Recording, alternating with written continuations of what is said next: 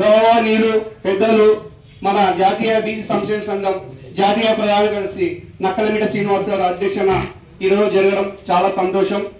ఎందుకంటే దీనికి ఒక ప్లాట్ఫామ్ ఉన్నాడు ఆర్ కృష్ణయ్య. మనకు బీసీలు అంటేనే అందరూ కలుపుకోండి, కులము మనం చెప్పుకోకుండా బీసీలకు ఏ సమస్య వచ్చినా కూడా నేనున్నానని భరోసా కల్పించాలని చెప్పడం జరిగింది. ఎందుకంటే మనమందరము ఈ రోజు బీసీలని చెప్పుకుంటున్నాం. ఎక్కడైనా సమస్య వచ్చినప్పుడు కూడా మన సమస్య అనుకొని పార్టీల అతీతంగా ఏ పార్టీలైనా కానీ ఎవరికైనా అన్యాయం జరిగినప్పుడు మనం ఖండించాల్సిన అవసరం కూడా ఉంది. ఎందుకంటున్నామంటే ముఖ్యము బీసీలు కూడా పార్టీలో పనిచేసే వారికి నేను ఒక విజ్ఞప్తి చేస్తున్నా.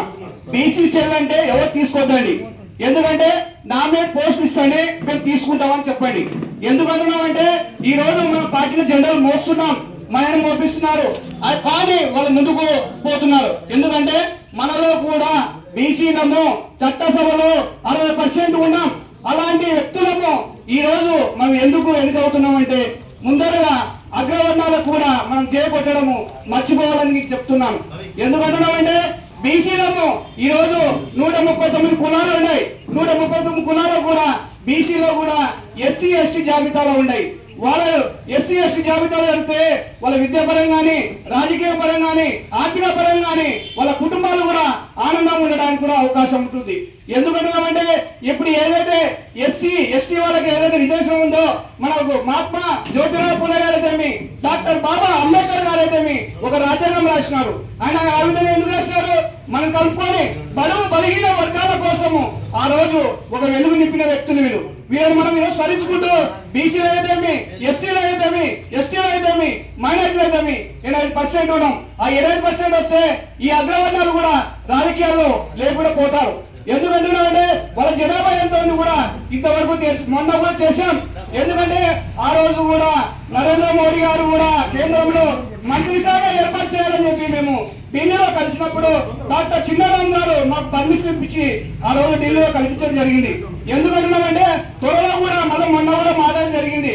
ఢిల్లీలో కూడా మేము ధర్నా చేయడానికి కూడా మేము సిద్ధంగా ఉన్నామని చెప్పి దీనికి ఎవరైతే వస్తారో వారిని కూడా తీసుకుపోయి మన కులాలు జనాభా ఎంత ఉంది దాంట్లో కూడా విద్య గాని వైద్యం గాని దీంట్లో కూడా మన జాబుల పరంగా కూడా వారికి ఎంత అవకాశం ఉంది, వారి ఎన్ని కులాలు ఉన్నాయి, దీని రిజర్వేషన్ లో ఎస్సీలు ఎందుకు లేము, ఎస్టీలు ఎందుకు లేము, మా జనాభా ఎందుకు లేకుండా మీరు అదేవిధంగా ఎందుకంటే లెక్కలు పక్షులకు ఉన్నాయి జనాభా ఎంత ఉందని, అదేవిధంగా జంతువులకు ఉంది. మనకి ఎందుకు తెలుసుకున్నారు? ఈ ప్రభుత్వం తెలిస్తే ఆ ప్రభుత్వాలు వీళ్ళు రాజకీయాలు అడుగుతారు, వీళ్ళు ఎక్కడైనా వాయిస్ ఇస్తారు, వీళ్ళ ముఖ్యమంత్రి అవుతారని చెప్పి ఈ రోజు అన్ని రాజకీయ పార్టీలు చిత్తశుద్ధి లేక ఈ విధంగా మాట్లాడుతున్నాయి. మొన్న కూడా ఆర్ కృష్ణ గారు మాట్లాడితే అన్న ఏం చెప్పారంటే తమ్ముడు మనము పోస్టులు కాదు, బీసీఎల్ పోస్టులు కాదు, నామినేట్ పోస్టులు మనం ఉండాలి, అప్పుడైతేనే మన బీసీలకు న్యాయం జరుగుతుందని చెప్పడం జరిగింది. కాబట్టి మనమందరము గుర్తించుకోండి, బీసీ సెల్ అంటే మాకు వద్దు, నామినేట్ పోస్ట్ ఇస్తేనే మేము తీసుకుంటామని చెప్పండి. మళ్ళా కూడా ఆర్ కృష్ణ గారు కూడా విమర్శించడం జరిగింది. ఎందుకంటే జాతీయ బీసీ సంక్షేమ సంఘం కూడా నేను నేషనల్ గా పనిచేస్తున్నా, ఆర్ కృష్ణ కూర్చోట్టుకోవడం అయిపోయాడు. ఎందుకంటున్నామంటే అన్న ఈ రోజు బీసీలకు అందరం ఐకమత్యం అవుతున్నాం, కానీ ఈ BC cell SC cell minority cell అని విభజించు పాలించని ఈ 76వ స్వతంత్రం కూడా ఈ విధంగా చేస్తున్నారని చెప్పడం జరిగింది. కాబట్టి దయచేసి మన వాళ్ళకు పార్టీలు పదబెట్టి ఈ రోజు రాంబాబు టీడీపీ పార్టీ జెండా మోసి ఈ రోజు వరకు కూడా ముసుగుడైనాడు. అదేవిధంగా ఎందుకంటే కాబట్టి నేను ఎందుకు అడుగుతానంటే పార్టీలు ఉండొచ్చు, జెండా ఏదైనా ఒకటే ఉండాలా. బీసీలకు ఎక్కడైతే అన్యాయం జరుగుతారో అక్కడ మేము ఉంటామని చెప్పడం జరగాల. అప్పుడు చెప్పినప్పుడే మనమందరము బీసీలలో చలనం వచ్చింది, వాళ్ళు కూడా రాజకీయ నాయకులు కూడా భయపడడానికి కూడా ఎంతో ఉంటారని చెప్పి నేను తెలియజేస్తున్నా.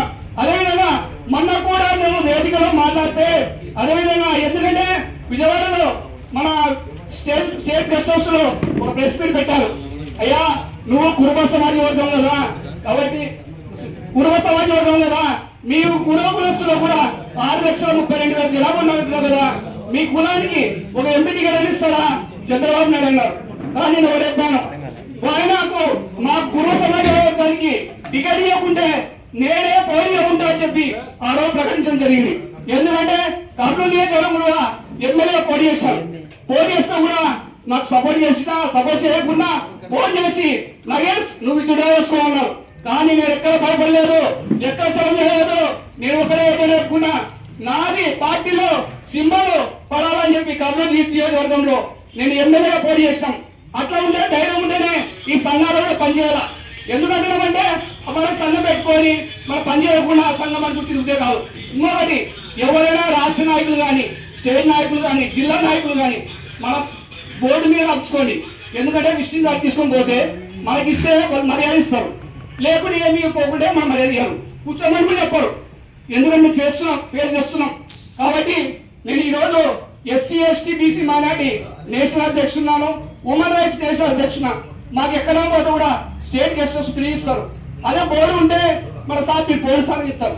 నేను ఎందుకు చెప్తున్నా అంటే ప్రతి ఒక్కరు ఫోన్ నెంబర్ రాసుకొని పలానోళ్ళు యూజ్ చేస్తాం పలానోళ్ళు యూజ్ చేస్తున్నామని ప్రజలకు తెలిస్తే అప్పుడు నీ దగ్గర కూడా రావడానికి కూడా అవకాశం ఉంటుంది. అదేవిధంగా మాకు ఒక్క నిమిషం, అదేవిధంగా మనం ఏమంటున్నామంటే మొన్న కూడా ఒక వేదిక పెట్టారు. ఏమని పెట్టాను? BENDSRKL కళా సంస్కృతి సేవ సంస్థ. అన్ని కళలను ప్రోత్సహించేదే ఈ ఒక సంస్థ.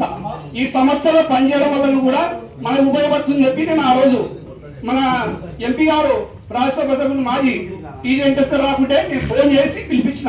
ఆయన అన్నాడు, అయ్యా మీ బీసీలో కాబట్టి మీరు ధైర్యం చేసి నన్ను పిలుస్తున్నారు కదా అన్నాడు. నేను ఒకటి చెప్పాను, సార్ మీకు ఇన్వెస్టర్స్ కనెక్ట్